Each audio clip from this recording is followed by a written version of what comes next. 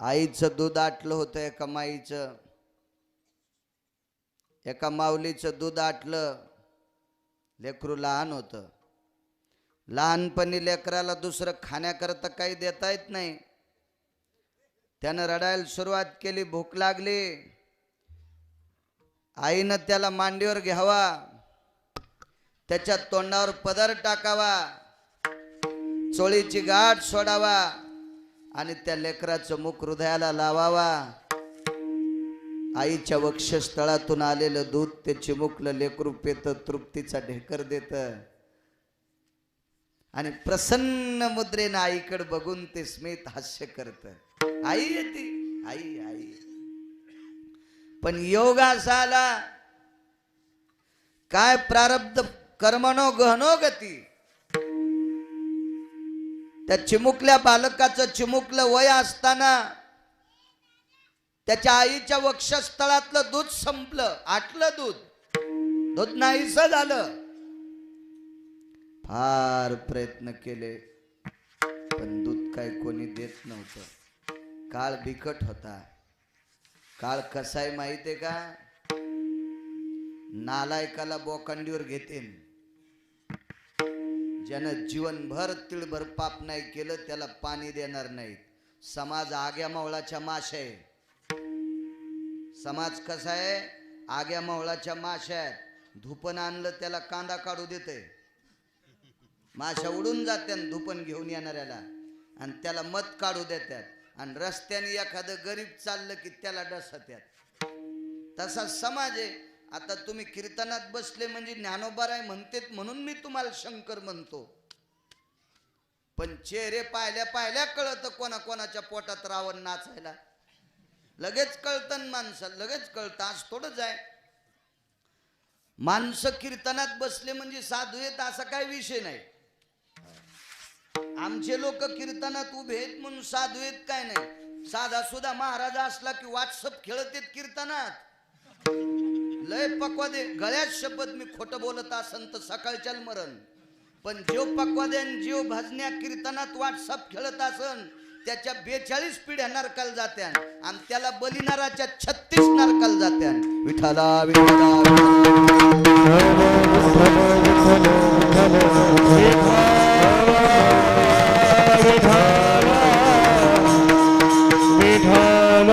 काय ताकद असन. विचार केला का दूध आटलं असल? देत नव्हतं कोणी. दारात जाची परवानगी नव्हती. विटेवरच्या मालकाची विनंती केली, देवा तू दिलंस ना रे. मी तुला उदबत्ती लावली नाही, नारळ फोडलं नाही, काय तू व्रत केलं नाही, नवस केला नाही, सैलानी बाबाला बोकड्या कापला नाही, सकलादी बाबाला आठखुरीची मेंढी कापली नाही, काही एखाद्या पिराला एखादं मथारं कापलं नाही. मथारं कापीत नसते वाटते. मसुबाला हाल्या कापला नाही. आणि तुम्हाला काऊन दिलं रे? मी तुला मागितलं नाही ना. देवा बायकांना माणसा प्रत्येकाला संसारात लेकरू आवडतं. सुख संसारी यावे लीला यावे सुंदर फुले. हे मंगलाष्टक नाही बरं, पण माणसं याचा मंगलाष्टक म्हणून वापर करायले. काय कुठं चिटकीते त्याचं मिळत नाही. सुख संसारी या वेलीला यावी सुंदर फुले. या संसार रूपी वेलीला फुलं लागावा, त्याचा सुगंध बहरून जात असतो, ती वेली सुंदर दिसत असते. तसं प्रापंचिक पती पत्नी या वेलीला आपत्य होत जावा हा निश्चित आहे. पण पुरुषांपेक्षा माय मावल्यांना आपत्याची जास्त आवड असते. थोडस नवऱ्याला आवडत नाही असा काही विषय नाही, पण हवळं मन असतं, कोमल मन असतं, लोण्यासारखं शीतल मन आहे या भारतातल्या स्त्रीचं. पण त्या महाराजांनी सांगितलं, देवा माझ्या बायकोनही तुला पोरग व्हावं याच्याकरता तू या पाया पडली नाही. मी वारकऱ्याच्या कुळात जन्माला आलो आणि वारकऱ्याच्या कुळात जन्माला येणाऱ्या माणसाने वाकत जावा हा वारकरी संप्रदायाचा दंडक आहे. पंढरीच्या लोकांना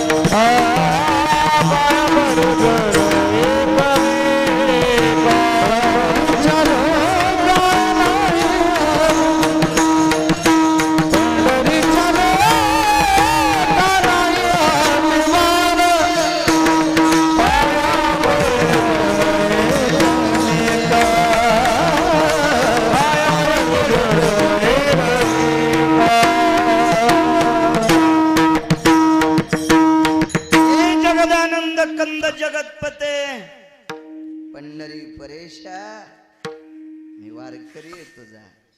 आणि वारकरी या नात्यानं माझे रानोबा नावाचा बाप माझा पिता तुझ्या पायावर वाकला, माझी आई वाकली, मी वाकलो, म्हणून माझी मंडळी तुझ्या पायावर वाकते. येणाऱ्या जाणाऱ्या वारकऱ्याला लांबून डोकं टेकून पाय पडत होते, जवळ येऊ देत नव्हते लोक, जवळ येऊ देत नव्हते. आणि आम्ही तुला काही मागितलं नाही, मग तू मनानं दिलंस ना, मग आता अपमान काऊन करायला? कशामुळे अपमान करतो आमचा तू? भक्तीच्या बळावर पंढरपुरातल्या मालकाला विचारलं. भक्तीची ताकद आहे, नामाची ताकद आहे, हो सेवेची ताकद आहे. मी कीर्तन करतो पण सेवा होऊ शकत नाही बेलेपाटी. सेवा कशाला म्हणत असते? बुक्का पण लावून घ्यायचा नाही. माणसानं खरं बोललं पाहिजे. खरं बोललं की 5-10% गुन्हा माफ होत असतो, माफ होत असतो. पण आम्ही जी सेवा केली, या सेवेच्या बदल्यात तू दिलं ना आम्हाला. त्यांनी ओरिजिनल सेवा केली, ओरिजिनल, खरी सेवा, भजन करायचे. मग का अपमान करतो आमचा? काय युक्तिवाद झाला असेल? पोरानं माईला न पेताच पोरग टवटवीत झालं. त्वचा सुकली होती, डोळे पांढरे होऊ लागले, मुठी वळील त्या अंगाला असा चिमटा घेतल्यावर पांढरी त्वचा होऊ लागली, इतकं वृक्ष शरीर झालं. पण काय युक्तिवादानं भगवंताच्या कृपेने ते पोरग पुन्हा सुखरूप झालं, मोठं झालं पोरग, मोठं. कालांतराने त्या मुलाचे बाबा जात राहिले. त्या मुलाचे बाबा सामान्य नव्हते. त्या मुलाचे बाबा मृत्यू पावल्याच्या नंतर अंत्यविधी झाल्यावर नामदेवराय आस्ती आणण्यासाठी गेले, तर त्या आस्ती नामदेवरायानं ओळखल्या. ज्या आस्ती विठ्ठल विठ्ठल म्हणत होत्या त्या आस्ती श्रीमंत श्री चोखोबरायांच्या होत्या.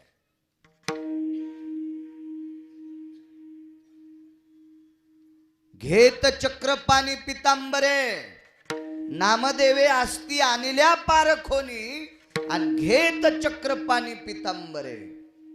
जगाच्या बापानं पितांबराच्या वटीत आस्ती घेतल्या. आपण मेलेल्या माणसाचे हाडं सावडायला गेलोत की आंघोळ करून येतो. कोणी हाय का असा सावडून आला आणि हात झटकिलं की लगेच टप्पू हाणायला बसला, कडीन भाकरी. उलटे भेते. मातीहून आल्यावर भात खात नाही, मातीहून आल्यावर कढी खात नाही, मातीहून ज्या दिवशी आलं त्या दिवशी दूध खात नाही, मातीहून ज्या दिवशी आलं त्या दिवशी भजे खात नाही, आणि ज्यानं खांदा द्याला ते 13 दिवस भजे खात नाही. नको रे बाप्पा मी खांदे करी, नको रे बाप्पा मी खांदे करी. अरे तू या खांद्यावर पहिलं 10-5 क्विंटल पाप हेन काय होतंय भज्यानं भाज्या? हा तू काय लायकी बोंड्या काही शास्त्र सांग तू. म्हणून मी खांदा द्यालाय, कढी खात नाही तर भात खात नाही. हे शास्त्र सांगणाऱ्याचे थुत्रच आणायला पाहिजे. तुझ्या बापान पुरावा लिहायला का ते पुराणात? ज्याला शास्त्र पुरावा सांगते ते पुरावा मानायचा. एक जणांनी मला फोन केला, आमच्या गावातली माणसं म्हणले सोमवारी दावा करीत नाहीत. मी म्हणलं गागा भट्टाची चुलते आहेत का तुझ्या गावातले शहाणे? विठाला विठाला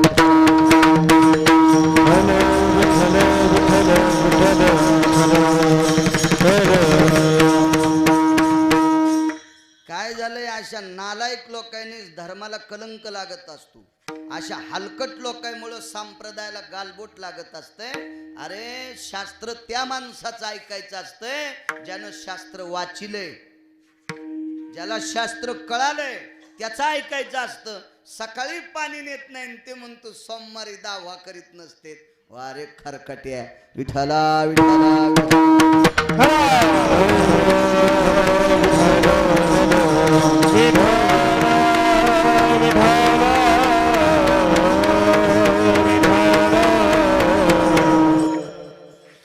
आस्ती भजन करायचे, हाड भजन करायचे, हाड.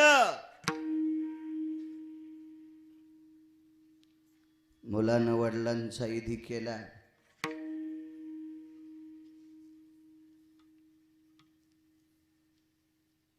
रानोबा नावाचा व्यक्ती वैकुंठात आहे. मुलाच्या आजोबाचं नाव होतं रानोबा.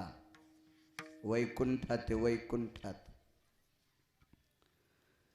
रानोबा नावाच्या वारकऱ्याच्या मुलाच्या अंगावर भिंत पडली, मृत्यू पावले. अंत्यविधी झाला आणि आस्ती पंढरपुरातल्या मालकानं पितंबराच्या वटीत घेतल्या आणि पंढरपुरातल्या मालकाने स्वतःच्या दरुजात त्या आस्तीची समाधी केली. आस्तीची समाधी का दरुजात केली सांगू तुम्हाला. विटेवरच्या मालकाला एके दिवशी निळोबारायन प्रश्न केलता. एक अभंगाचं कडवं सापडे मला. निळोबारायने पंढरपुरातल्या मालकाला एक प्रश्न केला, देवा शूद्राच्या कुळात चोखोबाराय जन्माला आले, याच्याकरता तो मंदिरात समाधी दिली नाहीस. देवा तुम्ही जातीवाद केला, देवा तुमचे चुकलं. देवा तो शूद्राच्या कुळात जन्माला आलेला वारकरी म्हणून तुम्ही त्याची समाधी मंदिराच्या बाहेर केली. विटेवरच्या मालकाने निळोबारायला कडकडाटून मिठी मारली, खांद्यावर मान टाकली, सांगितलं निळोबाराय अशी काही माणसं आहेत, मला लांबूनच नमस्कार करणारी काही माणसं आहेत, गडबडीमुळं मधात येऊ शकत नाहीत. मधात जर समाधी दिली असती तर जो माझ्या दर्शनाकरता आला त्यानंच चोखोबारायचं दर्शन घेतलं असतं.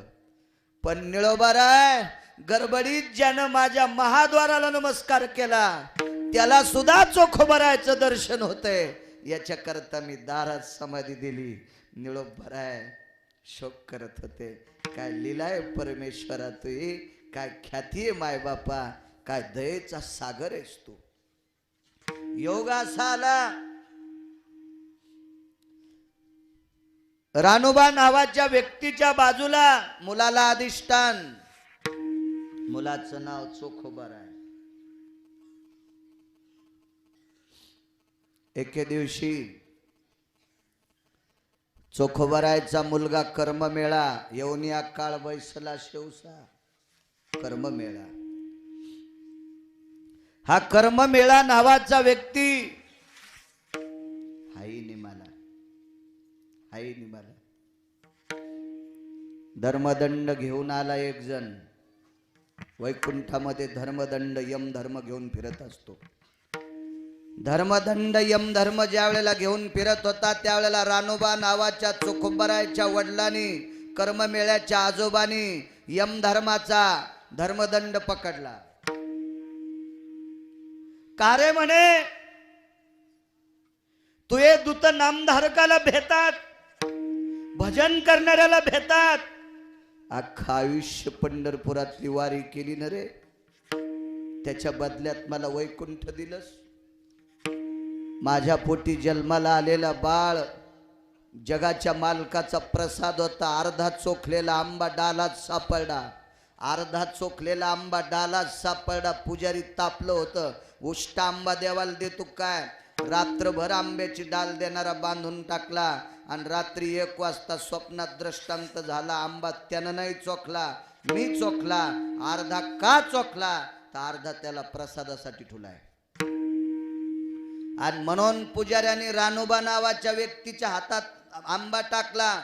म्हातारं पळत घरी गेलं आणि बायकोला सांगितलं, लक्ष्मी पंढरपुरातल्या मालकाचे ओठ हे आंब्याला लागले, पंढरपुरातल्या मालकाची जीभ आंब्याला लागली, पंढरपुरातल्या मालकाचे दात आंब्याला लागलेत.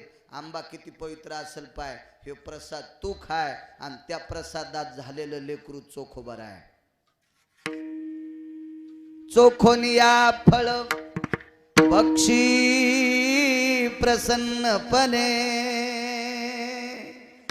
प्रसन्नपणानं ते फळ चोखून खाल्लं म्हणून चोखोबाराय जन्माला आले.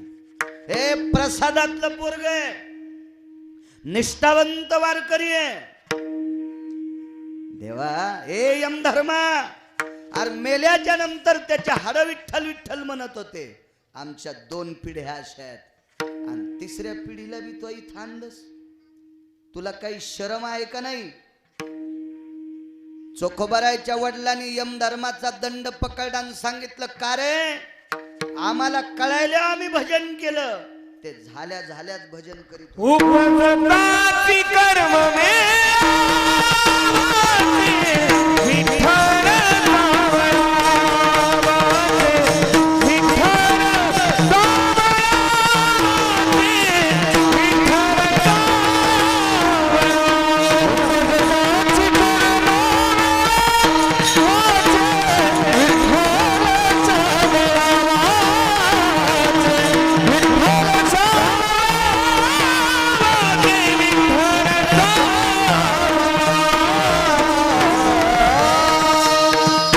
उपजताची कर्म मेळा वाचे विठ्ठल सावळा.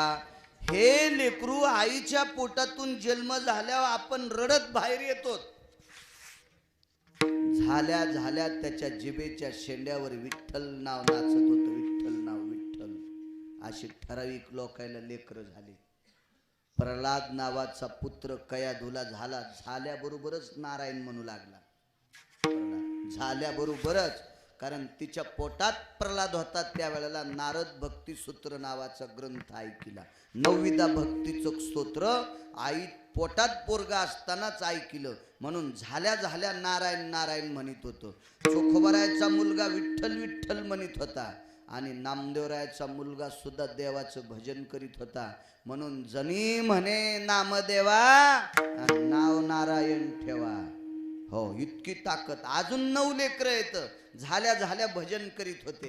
पण हे 3 ध्यानात ठेवा ना, मग पुढच्या कीर्तनात पुढचे 3 सांगतो. सगळे सांगितल्या तुम्ही दळून टाकतात, बाकीचे नाव ध्यानात ठेवा. विठ्ठला विठ्ठला.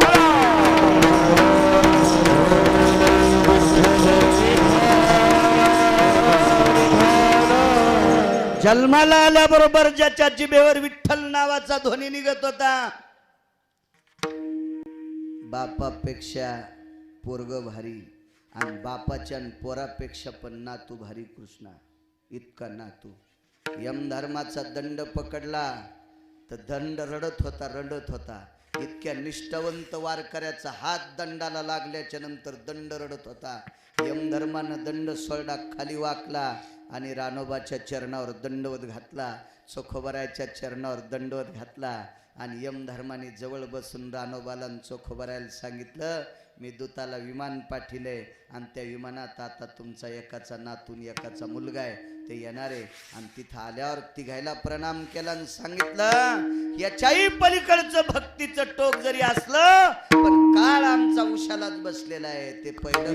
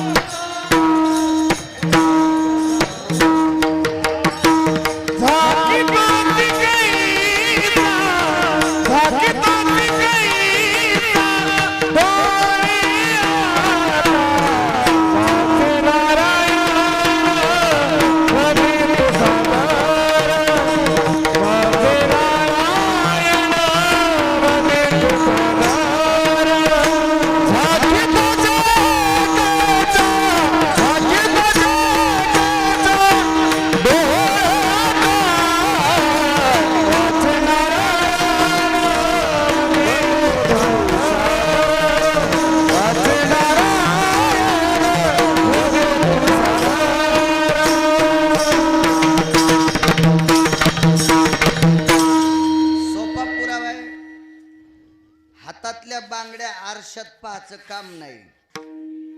हातीची या कंकना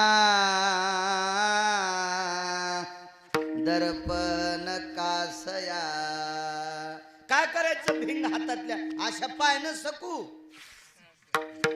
कशाला पाहती कपाटात हात बघायली मग इकून बघायली. डोसक्यावर पडलीस का काय. किती सोपा पुरावा आहे. ज्याच्या वडला आजोबाला वैकुंठ, ज्याच्या वडिलाला वैकुंठ आणि जन्माला आल्याबरोबर ज्याच्या जिभेवर नाम त्यालाही वैकुंठ. पण कधी वैकुंठ हे सोडावं लागते, हे सोडावं लागते खाली. हे 3.5 हाताचं मोबाईलचं कवर मध्ये चिप हे कार्ड आत्मा नावाचं कार्ड मध्ये आणि हे 9 बटनाचा मोबाईल आहे. तुम्ही वापरतात त्याला किती बटन आहेत मला काय माहित नाही. आता तर बघणं बटनाचे सरकवायचेच असे हो. पण हे 9 छिद्राचा मोबाईल हे खाली ठेवावं लागतं आणि मग वरी मोक्ष. पण एवढ्या टोकाला गेलेल्या व्यक्तीचं शरीर त्याच्या जर उशाला काळ बसत असेल तर आपली लायकी काय परमार्थात, आपला अधिकार काय परमार्थात, आपली भागीदारी काय परमार्थात. भागीदारी म्हणजे संपत्ती. चला आपली मदत काय परमार्थाला, आपलं नाविन्य काय धर्मवरीने आला, काहीच नाही. मग आपल्या तर कव्हा बी उशाला काळ बसत नाही. चला पुढचा पुरावा पहा. युद्ध कौशल्यामध्ये एक म्हातार अत्यंत प्रभावशाली. त्या म्हाताऱ्याच्या युद्ध कौशल्याच्या जर भूमिका सांगायच्या गेल्या तर असे कोटी गिरगावकर बोंबलत राहिले तरी त्या म्हाताऱ्याचं वैभव सांगता येत नाही. इतको म्हातारा अधिकारी वेळे पाटील. त्या म्हाताऱ्याचं नाव होतं भीष्माचार्य. फार अधिकारी म्हातारा. किती युद्ध कौशल्य मोठं. आपण भजन कोणाचं करतो? पंढरपुरातल्या मालकाचं भजन. पंढरपुरातल्या मालकाचं. पंढरपुरातल्या मालकाच्या मनात या म्हाताऱ्याविषयी पाप आलं. काऊन पाप आलं सांगू का तुम्हाला? काय ग पळी झळकतीन आपलं तुपलं ओळखीती. हे म्हातारं होतं बहिणीच्या चुलत सासूकून. हे म्हातारं कोणी कोण होतं?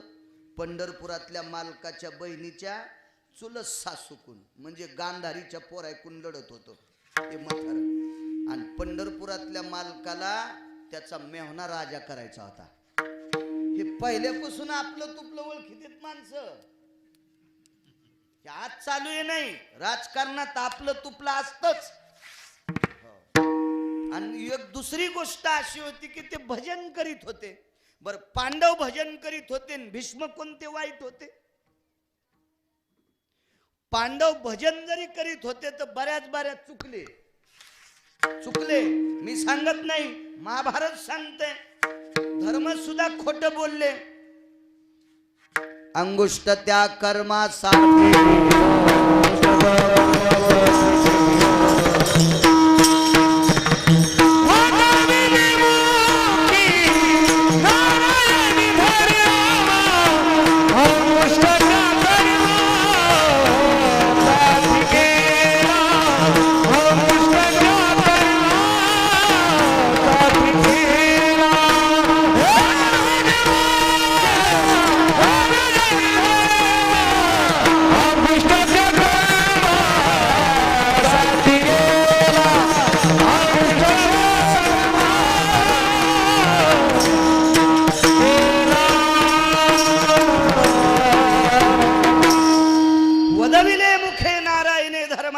अंगुष्ट त्या कर्मासाठी गेला. बोलला धर्म खोटा. अर्जुनाच्या 9 चुका सापडल्या. 9 चुका. एका चुकामुळं जगातला 1 नंबरचा पुरुषार्थी आपण माणसं जरी असतो तरी 100% पुरुषार्थी नाहीत. तुम्ही कोणीच नाहीत, मी पण नाही. तुम्हाला नाव ठेवल्यावर तुम्ही हाणतान मला, पण मी पण नाही. त्याचं कारण सांगू. आपल्याला खोटे का होत नाही? वक्षस्थळावर स्तन आहेत. सरपंच ते अर्जुनाला नव्हते. हा, वक्षस्थळावर अर्जुनाला नव्हते ते वर्ण. इतका पुरुषार्थी व्यक्ती. पण एके दिवशी कृष्णा लुगडं नेसलं. लुगडं 1 दिवस नाही, 12 महिन्यातले 3 दिवस वजा करा. फक्त 3च दिवस वजा करा. तितक्या दिवस साडी नेसला. ब्रह्नडा झाला, ब्रह्नडा. आणि इकडं तर साडी नेसणाऱ्याला वारकरी संप्रदायात निषेध सांगितलं. स्त्रियाचं काही घेऊन वेश नाचे जो कोंबडा आणि सप्त जन्मी हिजडा. हो, ते मला काही प्रमाण पाठ नाही आणि ते आपलं नसतं ना, ते यायचं असतंय. मला दुसऱ्याच्या केळीत आपण आऊत घालीतच नाही. विठाला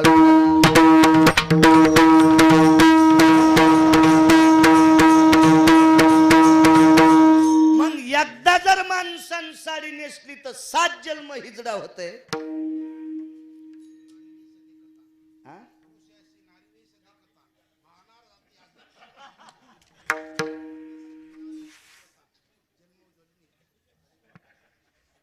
अरे बापरे, ही तर कोटीची नोट झाली. बाबा असं कोणाला म्हणायचंच नाही. कडीला उभं राहिलं म्हणजे तो भाजण्या साधा असेल. लय म्हशी बारीक शिंगावल्या असत्यान पण लय मोठं दूध देतात. हो, आमच्या इथं एक जणानं राजस्थानच्या बाजारातून मसड आणली, टेम्पो केला आणि घरी आल्यावर दूधच देईन. म्हणलं ही प्रदर्शन मध्ये मांड आता, तू बायको तिला चोळायला आणि तू तिची व्यसन धरायला राहा दोघ जण. काय पुरा याचा अर्थ सांगतो आता. ती मला पाठ नाही पण मला त्याच्या पुढचं तुमचं पहिल्या वर्गातलं मी कॉलेज मधलं सांगतो. एक साडीचा वेश घेणारा ते तर हिजडा होईलच, पण त्याला पाहणारा सुद्धा हिजडा. दृश्यांभवत ते नारी नटयो कृतुभवा भव संग सुधायो कामिनी वेशति अंबर भयजो क्लिंब्यं भयतति सकल सुदाना क्लिंब्यं भयतति सकल सुदाना क्लिंब्यं भयतति सकल सुदाना. क्या बात है, वाह वाह वाह. नारीवेश रक्तम अंबरम स्थितो. अंबर म्हणजे वस्त्र आणि क्लिंब्य म्हणजे नपुसक. मग यायनं 3 दिवस जर सोडून दिले तर 12 महिने लुगडं नेसलं. ते एक पाप होतं अर्जुनाच्या डोक्यावर पडलेले. बाकीचे जाऊ द्या, सगळं कशाला सांगायचं. भीमानेही एका ठिकाणी चूक केली. गदा युद्ध करत असताना युद्ध प्रसंगामध्ये सर्वात अगोदर चुका कोणी केल्या असतील तर पांडवाच्या पक्षातल्या लोकांनी. फक्त मोठा माणूस माग असला की चुका झाकत आहेत.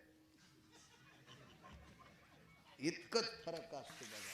खपक्या माणूस असला माग की चुका झाकत आहेत. हो, जिच्या बापाची तर लय मोठे पैसे येत, तिने इतकुल्या बाह्याचा ड्रेस घातला तरी काय पोरगी आहे बघा ना बापा, काय पोरगी, फलाण्याची पोरगी आहे. आणि गरीबाच्या पोरीनं जरा कमी बाह्याचा वपत का. बाप लोकाची रानं खुरपायला दारे धरायला आणि पान कशी अंग दाखीत चालली. अशा काही काही अवलादी खराब येतात. म्हणजे पैशावाल्याच्या पोरीनं ईदभर जरी ड्रेस घातला, ते आमक्या साहेबाची पोरगी घी बोकांड देऊ त्या साहेबाला नाचू दे तू या छाताडाव घंटाकसा. आणि गरीबाच्या डोळ्यात लगेच मुसळ घालीत माणसं. अशी माणसं आग्या मोहळाच्या माश्या येतात. मोठ्या माणसामुळं चुका झाकत असतात. मोठ्या माणसामुळे कमरेच्या खाली गदा मारितच नसते. दुर्योधना मारिली गदा घेतीला प्राण. चुकला असं दुर्योधना सोडू द्या ना, पण नीतिशास्त्रातलं युद्धातली चूक यांची. विठाला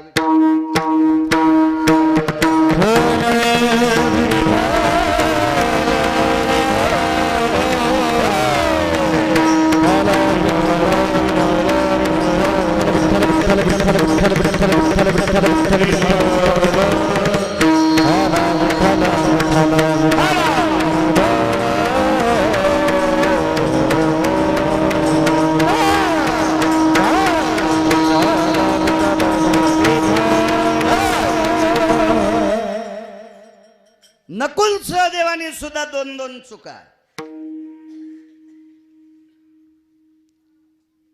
तरी पण पंढरपुरातल्या मालकानं गादी त्याला दिली.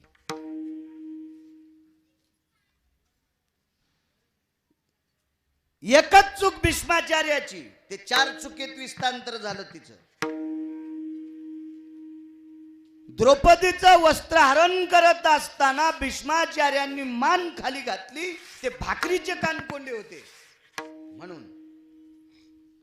पण या म्हाताऱ्याला पंढरपुरातल्या मालकाला मारण्यासाठी, ह्या म्हाताऱ्याला मारण्यासाठी पंढरपुरातल्या मालकानं लुगडं नेसलं.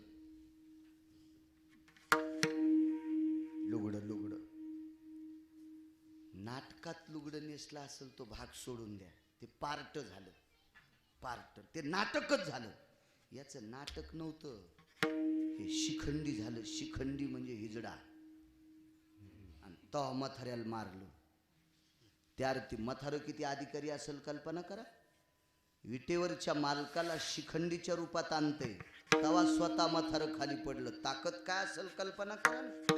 आणि संसारातल्या व्याप्तीचं जर टोक मोजायचं झालं तर ब्रह्मदेवानं तराजूत संसाराच्या व्याप्तीची पुण्याई टाकली भीष्माचार्याची, तर बाबाजी तराजूच्या साखळ्यात तुटल्या. इतकी व्याप्ती होती संसारातली. संसारातली सर्वात मोठी व्याप्ती आहे ती व्याप्ती म्हणजे मायबापाला देव मानणं. मायबापाला देव मानणं ही सगळ्यात मोठी व्याप्ती आहे. पोराला अख्खा गाथा पाठ असल आणि माईला आणि बापाला बोलत नसल तर कुत्र्याला तरी भाकरी टाकावा. जे मायबापाला नीट बोलत नाही त्याला खाऊ घातलं की त्यानं केलेलं पाप खाऊ घालणाऱ्याच्या बोकांडीवर बसत असते. वात्सल्यम स्थितो पितृभया भासाम विरोधा भासायाम तत्रा पुनितम द्रव्यानाम पापम शिरसा भय जायते. त्याच्या बोकांडीवर पाप बसत असते. लोमश नावाच्या साधूचं वाक्य हे काय एखाद्या गोट्या खेळणाऱ्या महाराजांनी थोडंच लिहिलंय. इतकी मोठी ह्या वर्गात भीष्माचार्य पहिले. इतकी सेवा की सीमात नाही त्या सेवेल. बापानं एके दिवशी सहज मनात कल्पना केली की मला पुन्हा एक लग्न करा वाटते. तर विचारलं मुलानं, 22 वर्षाचा मुलगा होता. बाबा नाराज काऊन येत तुम्ही? काही नाही, मला लग्नच करा वाटलं. येऊन या काळ बैसला शिवसा. उदाहरण क्रमांक 2. मला लग्नच करा वाटतंय. ठीक आहे, कोण्या राजाची पोरगी करायची? हे राजा कसला म्हणजे त्या जंगलात राहतय, झोपड्यात राहतय, पण पोरगी सुंदर आहे आणि मला ती करा वाटते. वा वा वा. गेले पोरीच्या बापाच्या पाय पडले. पण ते पोरीचा बाप लय हुशार होता. ते म्हणला मी 90 वर्षाच्या माणसाला पोरगी देत नाही. कसं देईन मी? बाबा पंढरपुरातल्या मालकाला एक पोरीचा बाप पोरगी देईन गेला. 16,107 लग्न झाले आणि 8वं लग्न करण्यासाठी माईल सांगितलं देवकीला, माय मी पुन्हा एक करू का पुन्हा एक? तर देवकीन सांगितलं, बापू पहिल्या तो चांगल्या सांभाळल्यास, अजून कोणतीची चोळी फाटली नाही, साळी फाटली नाही, चपलाचा बंद तुटला नाही, तिला गन पावडर विसरला नाही, फॅरन लवली आहे, खुटं लवली आहे, लिपस्टिक आहे, भावळ्या कापायचा वस्तारा आहे, सगळं आणलंच नव्हतं कसं म्हणते. मग कोणतीलाच कशाची कमी नाही ना. मग कर एखादी एक पुन्हा. 16,107 ऐवजी 16,108 म्हणायलाही सोपं जाते. कर बरं तेवढी. आणि गेले पोरीच्या बापाला म्हणले, तुमची पोरगी मला आवडली. त्याला वय म्हणले, बाहेर माझी पोरगी तुला आवडली. येडा दिसलो काय तुला पोरगी द्यायला? कोण म्हणलं माहितीये? पोरीचा बाप पंढरपुरातल्या मालकाला. वय म्हणला, बाहेर होय, बाहेर देत नाही पोरगी, देत नाही. पण पंढरपुरातला मालक म्हणला, बरं देताना कोणाला? लग्न तर करावंच लागन ना पोरीचं. ते म्हणले, पोरगी मी देणार, पण जावाई जर ताकदवान असला तरच देणार. ते म्हणले, काय ज्वारी कापता आली पाहिजे का, ऊस तोडता आला पाहिजे का, सोयाबीन कापता आली पाहिजे का, कुंटलाचं पोतं उचलता आलं? हे त्या गबाळ्या गप्पा सांगू नको म्हणे. पठ्ठ्या संघ कुस्ती खेळता आली पाहिजे. अशी जाबूक ठोकतेत ना. मला बिन आता गुड घ्यान जरा आवड झालो होता. कवरक चला ना. आता 41च्या पुढे गेलो. माझ्यासोबत कुस्ती बांधा म्हणले लंगूट. सुरू झाली बापू हलकी जंगनाडी पकनाडी, जंगनाडी पकनाडी, जंगनाडी पकनाडी. पकवता नसते वाजित ते हलकी. 27 दिवस 27 रात्र कुस्ती. 28व्या दिवशी पोरीच्या बापाच्या लक्षात आलं, याला घाम नाही आला, हे माणूस नाही. याला घाम नाही आला, हे माणूस नाही. लगे तदेव लग्नं सुदिनं तदेव ताराबलं चंद्रबलं तदेव दैवबलं तदेव लाभस्तेषां जयस्तेषां कुतस्तेषां पराजयो. लगेच लग्न. 27 दिवस 27 रात्र कुस्ती, घामच नाही, एकाने पाणी पिलं नाही. तवा पोरगी दिली आणि बाबा पोरगी कशी होती, तिला नख इतका, तिच्या अंगावर केस येतीत येतीत येतीत. अशी करशील का तू? हा? काय झाले तुला? दिली त्या बुवाना, आता नाही म्हण ना. तिचं नाव जामून ती आस्वलीन. तिचा बाप परीक्षा पाहिल्याशिवाय जावायला पोरगी देत नाही. हे कसं देईल? देत नाही म्हणे. का देत नाही? म्हाताऱ्याला देत नाही. पाणी सोडलं. 22 वर्षाचं तारुण्य बापाला दिलं आणि बापाचं म्हातारपण स्वतःला घेतलं. पोरग 90 वर्षाचं आणि बाप 20 वर्षाचा. बापरे. तरी पोरीच्या बापान 2-3 कुटाने काढीच. ते याच्या आधी मी सांगितलेले बस झाले. तर आपल्याला फक्त येऊन या काळ बैशाला सांगायचे. हो. आणि मग लग्न लावून दिलं. सांगा, संसारातल्या चौकटीत भीष्माचार्य कुठं कमी आहेत? इथं कोणी बसलेल्या पटक्यावाल्या म्हाताऱ्यानं फक्त एकदाच पोराला म्हणा, मला लग्नच करा वाटायले.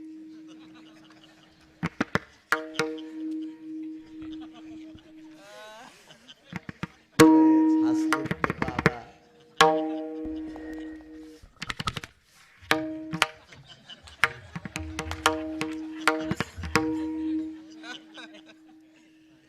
हे सगळे झेंडूचे फुलं, गुलाबाचे फुलं, फक्त एकदाच म्हणा, बाब्या मला लग्नच करा वाटायले. बाळ्याची शपथ, जर तुमच्या पोराने जर तुम्हाला हळदीत नाही पुरलं तर मला गिरगावकर म्हणू नका. तुम्हाला लग्नात तर हळद लावायची नाही ते, पण हळदीच्या रानात पुरतील. एरंडाच्या सावलीला लय एरंड आहेत तुमच्याकडे. 22 वर्षाचं तारुण्य दिलं आणि 90 वर्षाचं म्हातारपण घेतलं. काय चुके पाटील, किती मोठं टोक असेल कल्पना करा ना. अख्खं जीवन पंढरपुरातल्या मालकाचं भजन. कुठपर्यंत भजन? 113 बाण अंगात घुसले. 113 बाण. यानं बाईचं रूप घेतलं आणि म्हाताऱ्यानं पण केलं तर मी बाई पुढे असल्यावर हातात शस्त्र घेणार नाही म्हणून पंढरपुरातल्या मालकाला दुखतीनच माहित होती. दुखतीनच अशी दाबल्याबरोबर यायला माहित होतं याचं कुठं दाबल्यावर दुखतो म्हणून बाई झाली. आणि मेवण्याच्या कानात सांगितलं हनबान. अर्जुनाच्या कानात पाडले म्हातार खाली. ज्या दिवशी पाळलं, सांगतो पुन्हा येऊन, 11 दिवस खाली पडलेले, तसे 22.5 दिवस पडले. पण 11व्या दिवशी 113 बाण अंगात घुसलेले होते. बाबा रक्ताचे थेंब टपटप अंगातून पडत होते आणि 113 बाण अंगात घुसलेले, अर्धाले बाहेर गेलेले, तसंच पाठीवर पडलं म्हातार. बाणाची शया होती म्हणून महाभारतामध्ये त्याला शरपंजरी म्हणतात. शरपंजरी. शर म्हणजे बाण आणि बाणाच्या याच्यावर सोपलेले भीष्माचार्य. आणि 11 दिवसात डोळे उघडे 11व्या दिवशी आणि एक ग्रंथ विटेवरच्या मालकाच्या हातात दिला. देवा हे तुम्हाला ग्रंथ सप्रेम भेट. त्या ग्रंथाचं नाव होतं विष्णू सहस्रनाम. 1000 नावाचं स्तोत्र केलं. 1000 नावाचं. दाढ दुखायला मन बरं म्हण भजन. दाढ ठणकती ना, दाढ ठणकायला म्हण भजन मन बरं. डोळा ठणकायला मन बरं म्हण भजन. कान ठणकायला मनभर मन भजन. पोट दुखायला मनभर मन भजन. 113 बाण अंगात आणि तरी 1000 नावाचं स्तोत्र केलं. वारकरी संप्रदायाचा दंडक आहे. ज्या सप्त्यात विष्णू सहस्रनाम नाही तो सप्तात नाही. तो सप्तात नाही. सप्तात नाही. आता बऱ्याच ठिकाणी सप्ते गुत्ते द्यायलेत. इना तुम्हीच घ्या, कीर्तनकार तुम्हीच आणा. कालांतरानं असं होईल, महाराज तुला किती पैसे घ्यायचे तर घे, पण ऐकायला माणसं पण तूच आण. याच्या अलीकडची परिस्थिती आता सुरू आहे बरं, याच्या अलीकडची फक्त या परिस्थितीवर याच राहिले. हो असा काळ येईल, इतके माजले पैशावाले माणसं इतके, आणि आमची बी लोक नालायकाच्या पुढे इतके नाचायलेत, इतके नाचायलेत. अरे त्यानं पैसे कुठून आणले पाय, तू मेल्यावर तू या पिढीला तमाशात नाचिते ते पैसे, जरा हिशोबात नाच नालायकाच्या पैशावर. विठाला विठाला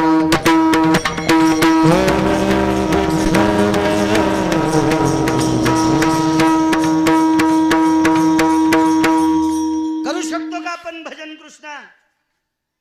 1000 नावाचं स्तोत्र, काय कमी पडला असेल साधू राजा? काहीच नाही कमी, काहीच कमी नाही.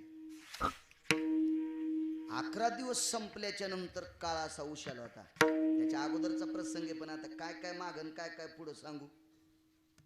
समजायचं पाठी चुकली पुढच्या गाडीवर एसटी गेली असं समजून घ्या.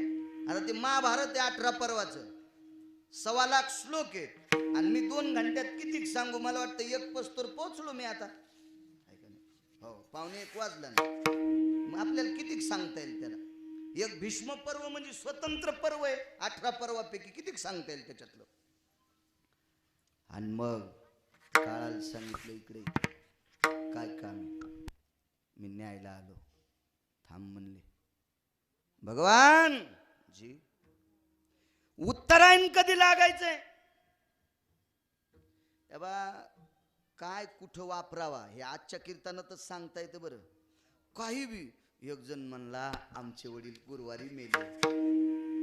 मग कसं करतो? तू या वडिलाच्या मातीत 9-10 महाराज टाकतो का सरनात?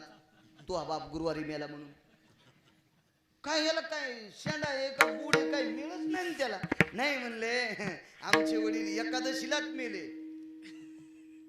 अरे लय कोंबडे एकादशीला कापले सातार भाई न, मग ते कोंबडे मोक्षाला गेले का? तुझा बाप कोण्या दिवशी मेलाय त्याच्यापेक्षा तुझा बाप जित्यापणी काय वागत होता ते सांग सोमल्या. मेलेली तारीख सांगायला आमचे वडील शिवरात्रीच्या दिवशी मेले. हो लय शिवरात्री धरीत नव्हता तुझा बाप, लय शिवरात्रीला तुझा बाप तालात नव्हता, आणि शिवरात्रीच्या दिवशी फुकला म्हणजे मोक्ष भेटत असतोय त्याला. येडेत का काय? फाशी घेणार माणूस मुद्दाम एकादशीच्या दिवशीच घेईन ना,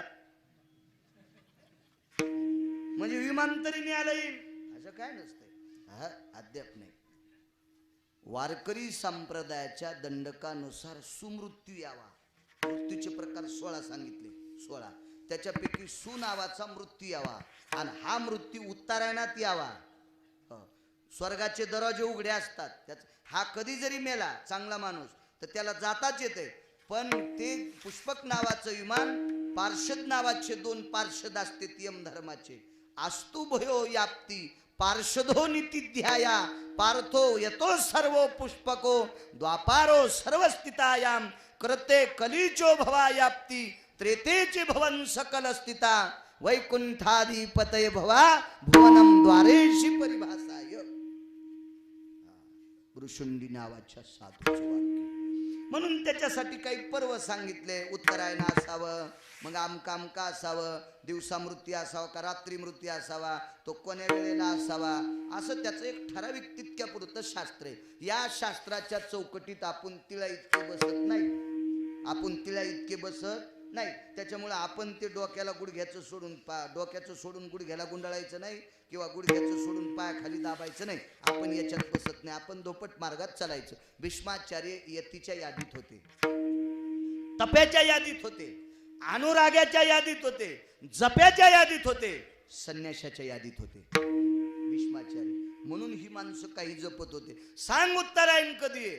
तर पंढरपुरातला मालकाची बोबडी वेळी अरे मी तुला विचारलंय उत्तरायण कधी आहे?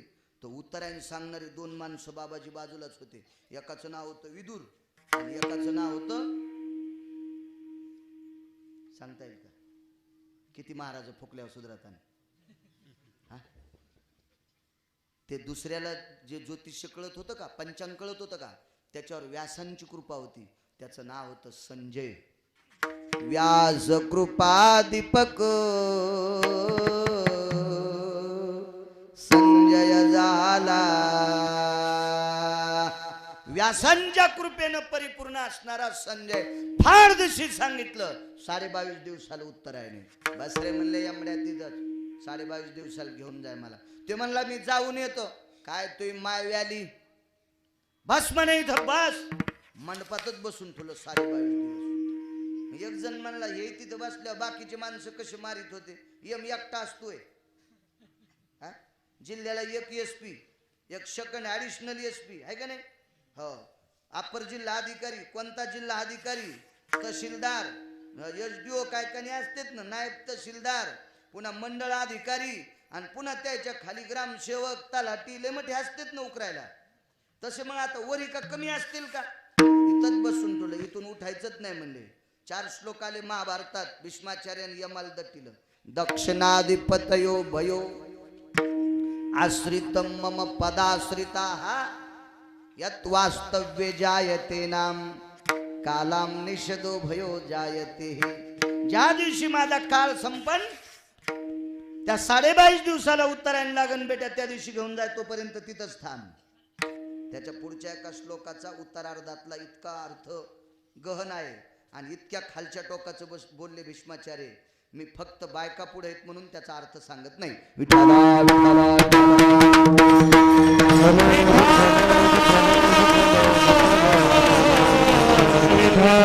22 दिवस संपले, 23वा दिवस उजाडला. 22.5 म्हणजे 23व्या दिवसात जावं लागेल ना. 11 वाजले. 12 वाजता माध्याने सूर्य येणार. बरोबर 12 वाजता भीष्माचार्याला यम नेणार. तर भगवंताने यमाला सांगितलं इकडे भीष्माचार्य आम्हाला जिवंत पाहिजे. तुला मी सांगतोय भीष्माचार्याला न्यायचं नाही, मंडपात थांबायचं नाही. भीष्माचार्य ऐकत होते, देव बोलत होता. यम पुन्हा देवाला म्हणायचा मला ते थांब म्हणले, तुला मी सांगतो न जाय. यम निघाला यम. भीष्माचार्य उगाच पाहत होते. येऊन या काळ बैसला शिवसा सांगतोय. उगाच पाहत होते. मरायला काही करण शिल्लक आहेत, काही बव शिल्लक आहेत, काही पळ शिल्लक आहेत, काही निमिष शिल्लक आहेत. म्हणजे शकन, पळ, बव, करण ही पंचांगाची भाषा आहे. तुम्हाला बव करण हे जरी नाही कळाले तर शकन तर कळते, निमिष तर कळतो का नाही. निमिष शकन बी नका कळू द्या, जाऊ द्या ते चुलीत इंग्रजी. पण निमिष कळतो ना. वरतिया पाती चक्षु खालतिया पाती लवे मिनलिया ज्योती निमिष मनती त्यात्यो. वरचं पापन खालच्या पापनाला पटकन चिटकतय, तितक्या टायमाला निमिष म्हणते. पातिया पाती जुळे आगा नयनाची आस्तू सोळे कांधाची परी निराळे तै वेळेची संद सोळे निमिष म्हणती त्या शिव. हे काय देसड पेणाराचं वाक्य असेल का. काय शास्त्र असेल गोड. कल्पना करा ना. काय काय काय सूर्याचे किरण खाली जमिनीवर यायला किती वेळ लागतंय हे पंचांग सांगते. आगा भास्कराची किरणे ते अभ्रमंडळाची आजणे तै वरुता तेजा केने धरातळी तै धरेशी प्रसन्नपणे देती मुक्तावसन लोक प्रकाशे. हा मुक्त मुक्त फुकट फुकट सगळ्यांना प्रकाश देते. ते कने मिनलिया प्रकाशू. आता सूर्य मावळल्याच्या नंतर 5 ते 10 मिनिटं एकूण एकाला माणसं दिसते. सूर्य दिसत नाही पण माणसं एकूण एकाला दिसते. त्याच्या प्रकाशाची ताकद किती मोठी आहे. ते रजकनु मिनला नारायणू. त्या पृथ्वीच्या रजामध्ये कणामध्ये कणाकणात त्याचा प्रकाश भिनलाय. त्या प्रकाशाला संधी प्रकाश म्हणतात. कोणता प्रकाश म्हणतात. संधी प्रकाश म्हणतात. चला एका नालायक माणसाला मारायचं होतं तर त्यानं असं वरदान मागितलं होतं, मला दिवसा नको आणि रात्री नको. लय हुशार पंढरपुरातलं. हे टाटरन वायरी चोरणारे त्याच्या नाही नादी लागायचं. हे म्हणलं आपण लयच हुशार. लाईट बंद करायच्या आतच टाटर चोरीतो. वा वा वा वा. अरे टाटर तयार करणारा त्यानंच निर्माण केला. हे ध्यानात ठेवीन तू. त्यानंच निर्माण केला आहे का नाही. एक म्हणला काय सांगायचं तुम्हाला, मीटर कसंही बसू द्या पण रिडिंगच येत नाही. कस काय येत नाही म्हणला. अशी एक साबण आणली ती मीटरवर चिटकती. संध्याकाळी 9ला चिटकीतो, पहाटे 5ला काढून घेतो. उग 5-25 युनिट येते. इतका मी चतुर आहे. म्हणलं साबण तयार करणारा पण त्यानंच केलाय. हे ध्यानात ठेवून सुमल्या. साबण कोणीतरी तयार केली, ती मॅग्नेटची साबण असेल चिटकणारी. मग ही तू साबण चिटकवायला पण साबण कोणी तयार केली, कोणीतरी असेल ना एखादं चोट्ट. मग ते सुद्धा पंढरपुरातल्यानं निर्माण केलं ना. आपण त्याच्या पुढे काय बसू शकतो? काहीच नाही, काही विद्वत्ता नाही आपली. इतका हुशार जगाचा बाप, एवढा हुशार.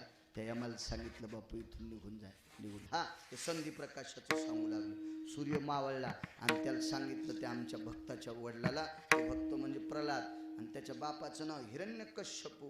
हिरण्याक्ष आणि हिरण्यकश्यपू हे दोघ जण भाऊ होते. हिरण्याक्ष आणि हिरण्यकश्यपू. जरा शहाणं होतं, भजन मंदित नव्हतं कोणाला. हो, आपल्या भजनात पण काही काही हिरण्यकश्यपू येत ना. आता लहान पोरग जर भजनात आलं, त्याचा स्वर गेला की त्याला कुंभा आणते. काय ढोरा आणि वळडायला, ए म्हशीच्या पोरा, तसे कुंभे हाणजाऊ नको रे, ते लहान आहे म्हणू देईन त्याला. असे काही भजनात बी कुंभे हाणणारे हाले येतं, असे हाले. तसा हिरण्यकश्यपू भजन मंदित नव्हता. रात्री मारायचं नाही, दिवसा मारायचं नाही. पंढरपुरातल्या मालकानं सांगितलं, दरुजात बसला दिसतो सूर्य. मग रात्र एका दिवस, रात्र म्हणावं तर देव दिसायला, रात्र म्हणावं तर देव दिसायला, आणि दिवस म्हणावं तर सूर्य दिसत नव्हता. रात्र म्हणावं तर बाजूचे माणसं दिसू लागले, आणि दिवस म्हणावं तर सूर्य दिसत नव्हता. याला संधी प्रकाश म्हणायचा. आणि अशा संधी प्रकाश किती वेळ कणात राहतो याचं सुद्धा पंचांग अनुमान सांगते. काय ताकद आहे त्या पंचांगामध्ये, काय शास्त्राची चौकट आहे बघा. तिथिक्षय कसा होतो, काय कसा होतो, चला आठवलं म्हणून सांगतो तुम्हाला. आता भोगी कोण्या दिवशी आली? संक्रांतीच्या आदल्या दिवशीच येत असते, पण वार कोणता आहे? गुरुवार. गुरुवारी तिथी कोणती? एकादशी. मग भोगीने एकादश घोळायची का एकादशीने भोगी घोळायची? हाय का नाही? आता पडला का नाही बॉम्ब तुमच्या डोसक्यावर? कस करायचं? आता एकादशीच्या दिवशी भोगी करायची म्हणल्या, बाजऱ्याच्या भाकरी, तिळ लावलेल्या, बैंगन, वालाच्या शेंगा, हरभऱ्याचे घाटे, ऊसाच्या धिलप्या, गोडवाळकाच्या उसऱ्या, बोर, बिबे, वाटाणे, पुन्हा ते लाख, हे सगळं असतं. तो पुढच्या वर्षी होईल, तू ताण घेऊ नको. तुझी भोगी पुढच्या वर्षी. आणि ज्याची झाली नाही त्याची तुळजापुरात होत असते मागून शिके हाणून. ते तुळजापुरात बी करतेत नाही, इकून दोन आणि मागून दोन शिके हाणते. आता कस करायची एकादशीच्या दिवशी? घोळायची एकादश. हो, ज्याला काय करायचं त्या दिवशी बैठकीत मला भेटा. जिला भोगी करायची का कोण दिवशी करायची ते कीर्तनात सांगायला गुत थोडं घेतलं. हो, असं कसं सांगावं लागेल.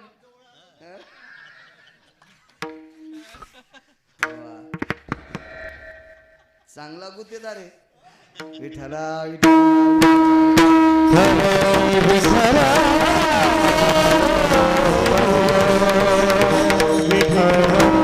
काय संक्रमणाची कळा धरली असेल. कधी संक्रांत 14ला आणि कधी 15ला येत असते. कोणाची ताकद आहे?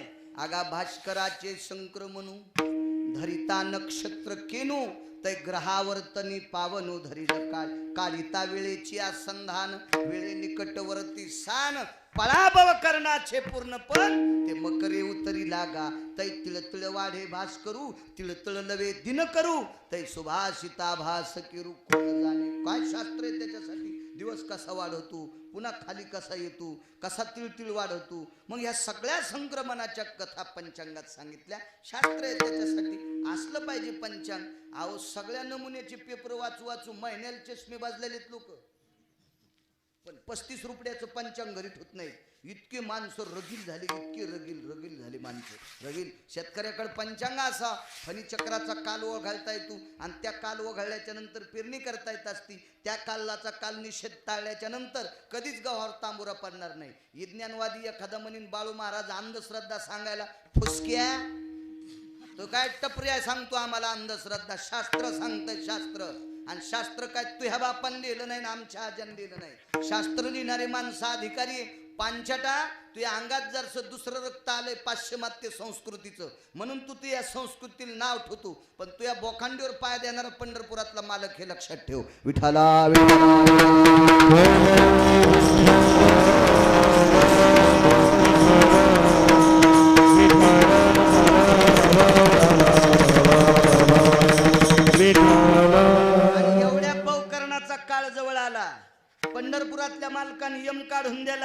आणि म्हाताऱ्याच्या कपाळाला घाम आला. ते म्हातारा म्हणजे भीष्माचार्य, कपाळाला घाम आला. पाहिलं घाम ते काय स्वेद आणि ढळीचा ढाळे. काय म्हणजे शरीर, एळ म्हणजे कपाळ, स्वेद म्हणजे घाम, ढाळे म्हणजे पडू लागला, घाम पडू लागला. तै देखत सु नारायण. त्यावेळेला जगाच्या मालकानं पाहिलं ते इंजने घालितो नारायण.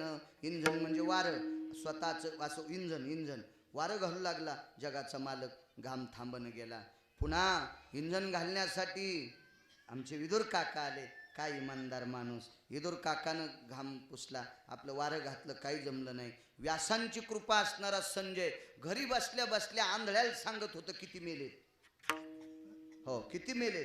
इतकी संजयावर व्यासांची कृपा होती, फार मोठी फार मोठी फार मोठी. हो आणि मग त्या संजयाने वारं घातलं पण काही नाही मेळ बसला.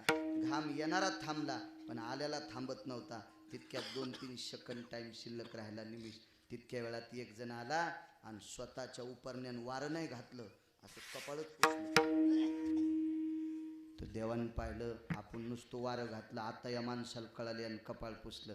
आणि मग भीष्माचार्याने थोडासा ओठ असा बाजूला गेला आणि त्या ओठातून त्या खिंडीतून एक आवाज आला.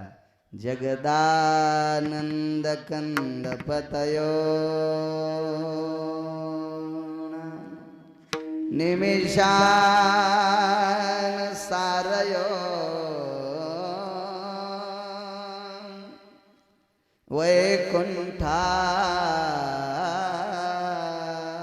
वैकुंठाधिपतय तै पुनितानां पुनित भय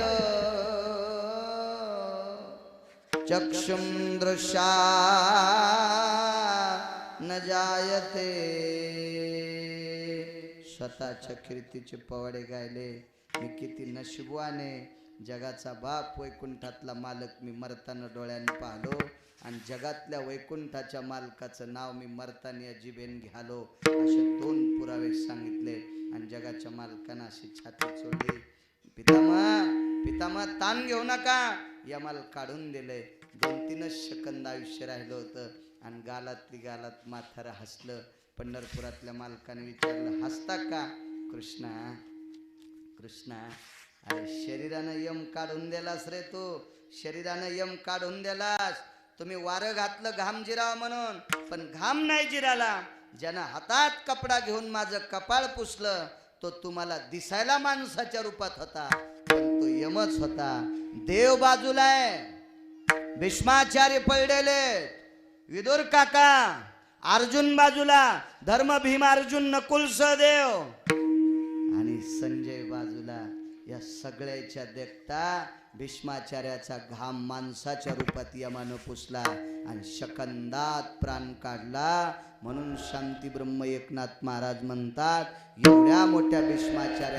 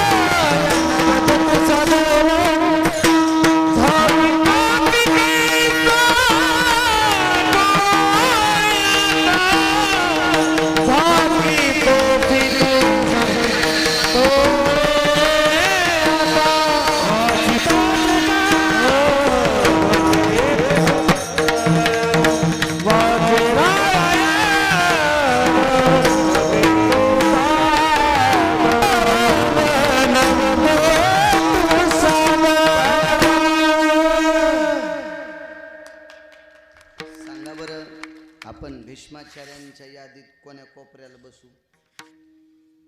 किती व्याख्या देता येतील भीष्माचार्यांना, किती? त्यांच्या सुद्धा उशाला काळ बसला, त्यांच्या सुद्धा उशाला.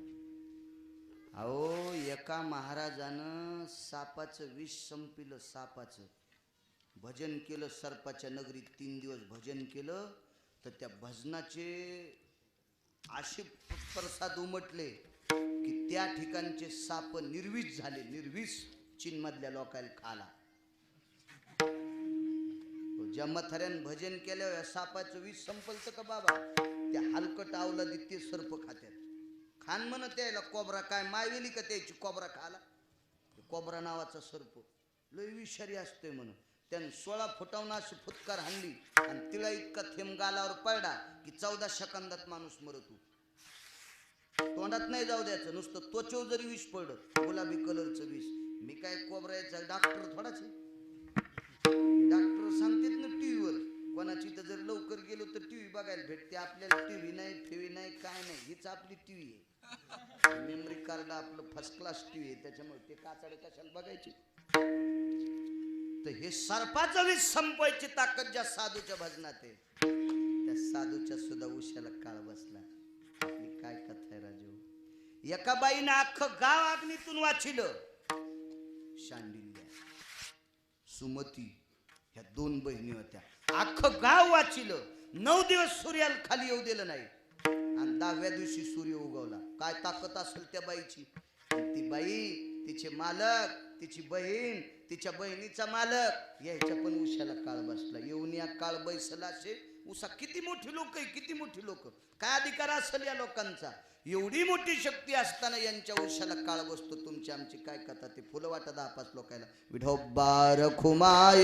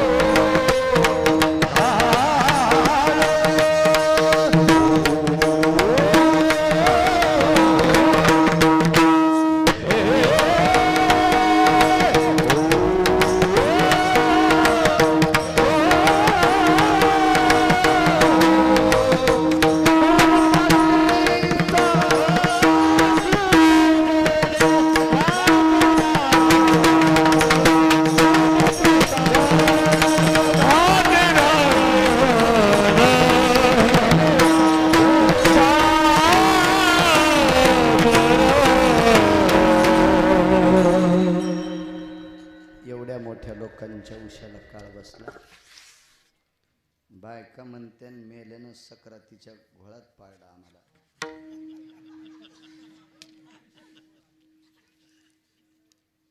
पण कारण सांगतो, उपदेश अशा माणसाला सांगावा, रस्ता अशा माणसाला सांगावा त्याचा आपल्यावर विश्वास असावा.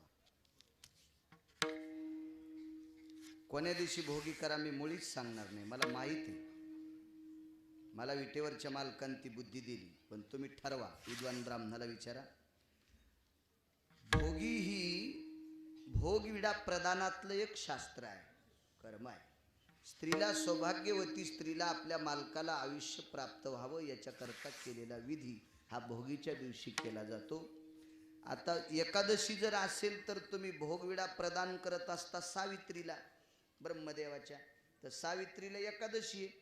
भोग प्रदान बाजरी देता येत नाही, भोग प्रदान वांगे देता येत नाही, लय बैंगण कळत नाही, बैंगण देवाला नैवेद्य चलत नाही, असे लय बैंगण येतं. सप्त्यातल्या पंक्तीत खपक्या चपातीन तिच्यावर खपक्या 2-3 बैंगण मारुतीला निवट होते. यारे बैंगण्या असे बैंगण वाहत असते तो रे मारुतीला. बैंगण्या लय बिना आकलीचे कांदे, पण कौर कापूनच आरडा. मग त्या दिवशी सीता, सावित्री, मंदोदरी असे वाण देत असतात. गांधारीचा वंशा, सीतेचा वंशा, सावित्रीचा वंशा, अशा सगळ्या सगळ्या सगळ्या अधिकारी स्त्रियांचे वंश असते. आणि ह्या सगळ्या स्त्रियांना एकादशी असते. मग एकादशीच्या दिवशी भोग प्रदान विडे तुम्हाला कसे देता येतील? म्हणून एकादशीच्या दिवशी भोगी करता येत नाही, हा शास्त्राचा पुरावा. त्याचं दुसरं एक काय का, विठ्ठला विठ्ठला